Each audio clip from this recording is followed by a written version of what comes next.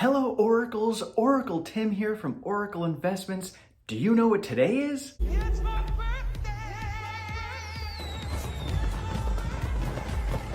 And how am I celebrating today? Well, just like any other typical middle-aged man, I got myself a new sink strainer for my kitchen. I got this sweet backdrop for my studio. I also bought myself a Tesla and I'm ready to buy some Tesla stock. And how does that make me feel? You think I'll go for a walk? You're not fooling anyone, you know. Look, isn't there something you can do? I feel happy! And I started off today in the best way possible. I wake up, my subscriber count has gone way up. You guys truly are the best. Thank you so much for this. I appreciate all of the subscriptions. If you have not subscribed, please do so. That would be awesome. I genuinely appreciate all of the feedback and all of the support that you guys have given me, and I look forward to growing this channel and providing you with more of this content in the future. Just for a quick update on the stock price from the reaction from the tweet over the weekend, when I got up this morning, the price was down about 7%. I put in a buy order already for $60 worth of it, and I've got another $10 going in as well. It has now fluctuated a little bit. It's actually coming back up a little bit at about 3% down right now. We'll see what happens when the market opens. Check in later. I will have a video as to what happened over the course of the day and how we finished. So let's get into it. So what is this huge problem that Tesla has? It's a demand problem, and not because they don't have enough.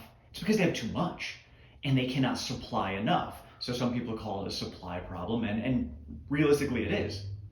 Heck, I ordered my Tesla yesterday on November 7th, and you know what the lead time said? October. It wasn't a glitch. It wasn't like, oh, we just haven't updated our system yet. Next October. 1 year. It's a 1 year lead time to get my Model Y. Granted, I'm assuming when they open up the new factories in Austin and Berlin, it's going to cut those lead times down. But that's still insane how long the lead time is right now because demand is so high and Tesla can't keep up. But again, this is also why, they can raise prices and it's not going to matter any bit. I mean, when I first looked at getting my Model Y back in the spring, it was $8,000 less than it was yesterday. So I had to kind of take a step back and be like, I might as well get in there now. And to be open and completely transparent, realistically, my purchase of this vehicle wasn't going to happen until probably 2023 anyway. I'm waiting for my son to get his license. I'm then going to gift him with my current vehicle. The only way I will actually be able to do this and get my Tesla before then would be if you guys as subscribers boomed this channel up so much where I was able to purchase the Model Y based off of my revenues coming in from YouTube. If you guys make that happen, that's awesome, and I'm going to give you guys all some sweet giveaways for that because that would be amazing. But otherwise, that's realistically when I'm going to be getting this. Right. So I think from Elon's perspective, I mean, we're already selling every car we're making. So the fact that we're now getting fleet orders, even though he might not see it as a huge significance from the financial perspective as far as increasing sales, because sales are already as fast as they can go and will continue to ramp. But it was really, for me, about the fact that there was a fleet sale at all was huge. I mean, $4 billion worth of cars sold in one pop is significant. And I actually think it's just the tip of the iceberg.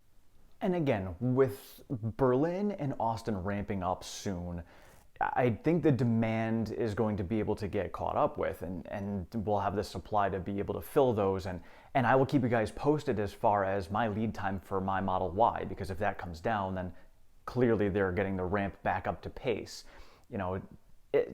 Tesla has so much demand, they will literally sell every single vehicle that they have that they can produce. And so how is it that Tesla is going to be combating this and being able to keep up with this demand? I mean, I think this might be the fastest that any large manufactured object has grown. Certainly one of the fastest, perhaps the fastest. It looks like we have a good chance of maintaining that into the future, really dependent on supplier challenges. So if we can get the chips, we can do it. Hopefully this chip shortage will alleviate soon, but I feel confident of being able to maintain something like this, at least above 50% for quite a while. So when we start looking at these issues with how is Tesla going to possibly be able to keep up with the demand that's out there, we know that they're very vertically integrated. We know in previous videos that I have made that Elon has gone not only to his suppliers, but to their suppliers and their suppliers, and all the way down to the mines to make sure that he can get the supply that he needs for his company, for Tesla, to be able to produce all of these vehicles. He's got all of these things already in the works. So with this piece moving forward, he is now on the pace of, all right, well, we're going to have the materials coming in. They figured out the chip shortage on their own because they can reprogram the chips to what they need them to be.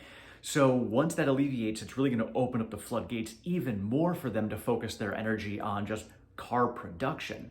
We think the Model Y will be the best-selling vehicle of any kind globally. And I know full well that my purchase is the one that made us take over the world in leading sales for Model Y. So I think it will exceed the Model 3. I think we've got a good chance of it being the best-selling vehicle by revenue next year, and then I think quite likely to be the best-selling vehicle in just of any kind numerically in 2023.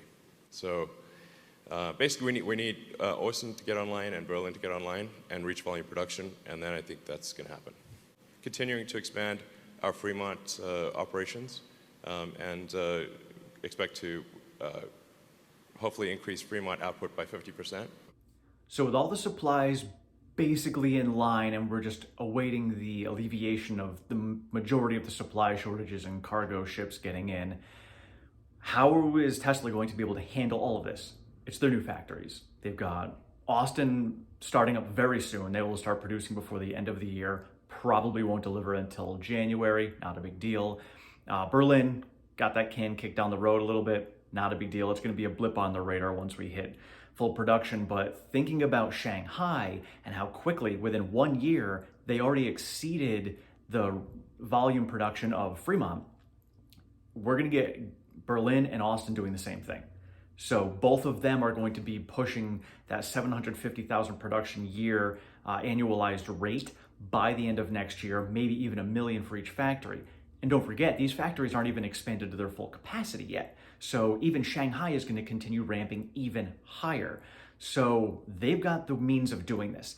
Once they get the ramp going, again, I'm going to wait to see what my lead times look like for my Model Y, and I'll keep you guys posted because I have a feeling once these factories start ramping up, especially Austin, that's what's really going to show the speed at which they're going to be able to keep up with this demand.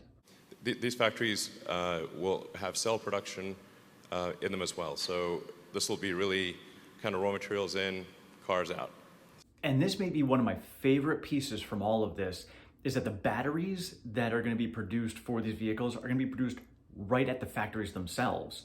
So talk about vertical integration. You know, now they're not going to have to worry about supplies coming in or anything. They literally just need the raw materials there. They're going to utilize the raw materials to take them and turn this basically ball of clay and turn it into a car.